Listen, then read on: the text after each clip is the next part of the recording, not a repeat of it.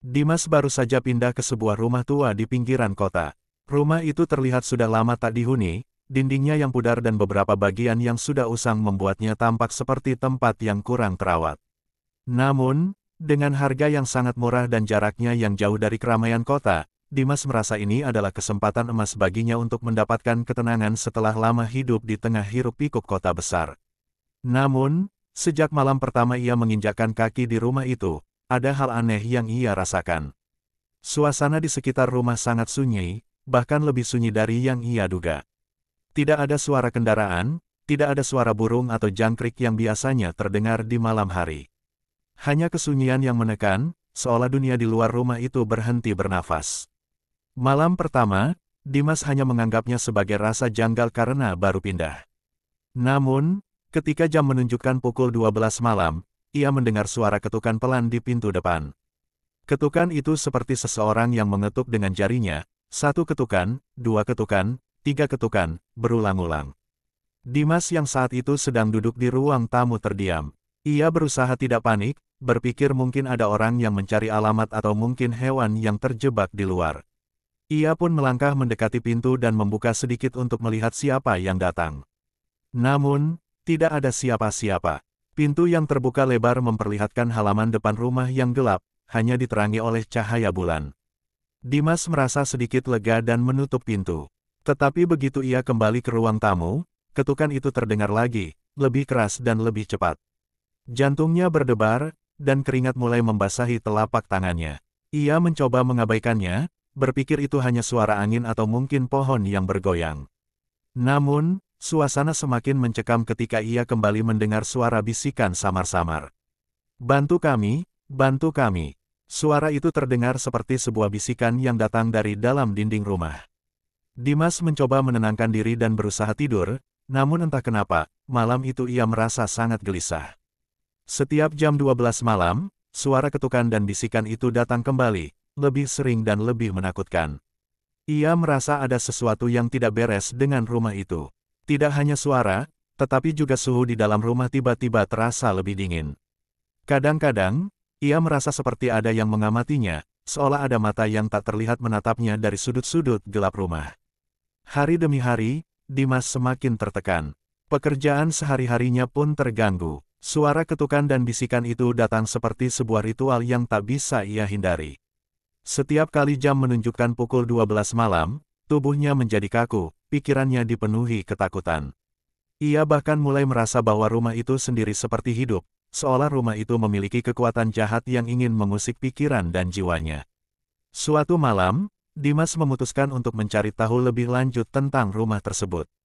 Ia pergi ke perpustakaan kota dan mencari arsip-arsip lama. Di sana, ia menemukan sebuah artikel tentang rumah tua yang ia huni. Artikel itu menceritakan kisah tentang sebuah keluarga yang pernah tinggal di sana puluhan tahun yang lalu. Keluarga itu terdiri dari seorang ayah, ibu, dan dua anak kecil.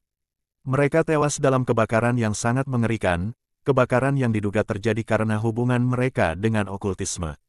Menurut cerita yang beredar, keluarga tersebut terlibat dalam ritual-ritual gelap yang mereka lakukan di rumah itu.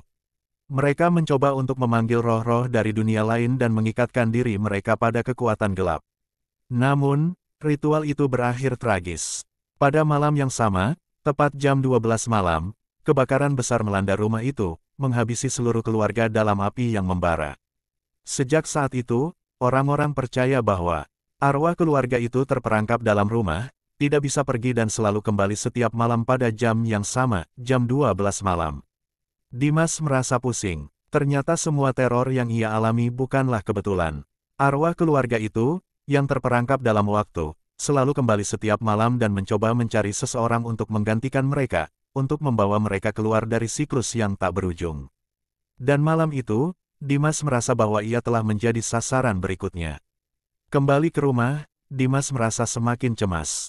Saat jam menunjukkan pukul 12 malam, udara dalam rumah kembali terasa dingin, dan suara ketukan datang lagi. Namun kali ini, suara ketukan itu terdengar lebih dekat, seperti datang dari dalam rumah, dari dalam dinding yang tebal. Dimas mencoba untuk menenangkan diri, namun perasaan itu semakin kuat. Suara bisikan semakin keras, semakin jelas. Bantu kami keluar." Tiba-tiba, lampu di ruang tamu berkedip-kedip, lalu mati total. Dalam kegelapan yang pekat itu, Dimas merasakan hawa dingin yang menusuk hingga ke tulang.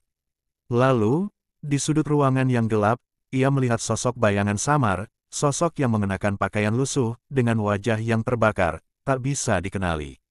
Bayangan itu mulai mendekat. Dimas berlari ke pintu, mencoba keluar, namun pintu itu terkunci sendiri, seolah ada kekuatan yang menghalanginya. Dengan tubuh gemetar, Dimas mencoba untuk membuka jendela, namun kaca jendela itu tiba-tiba pecah. Sebuah suara keras menggemparkan rumah. Tiba-tiba, dari dinding, muncul bayangan-bayangan lain, bayangan seorang wanita dengan tangan terjulur ke arahnya. Sosok itu berbicara dengan suara serak dan tak jelas, "Bantu kami. Hanya kau yang bisa membantu." Dimas, dalam ketakutannya yang mencekam, merasakan kekuatan jahat itu menariknya ke dalam. Tidak ada tempat untuk bersembunyi, tidak ada jalan keluar. Bayangan itu semakin dekat, dan suara ketukan itu semakin keras. Tiba-tiba, ia mendengar suara jam berdentang, jam menunjukkan pukul 12 malam. Sejak malam itu, Dimas tidak pernah terlihat lagi. Beberapa orang yang mencoba mencari tahu apa yang terjadi padanya hanya menemukan rumah itu kosong, terkunci rapat, dan sepi. Namun, setiap malam, tepat jam 12 malam, suara ketukan itu terdengar lagi, berulang-ulang, seolah meminta bantuan yang tak kunjung datang.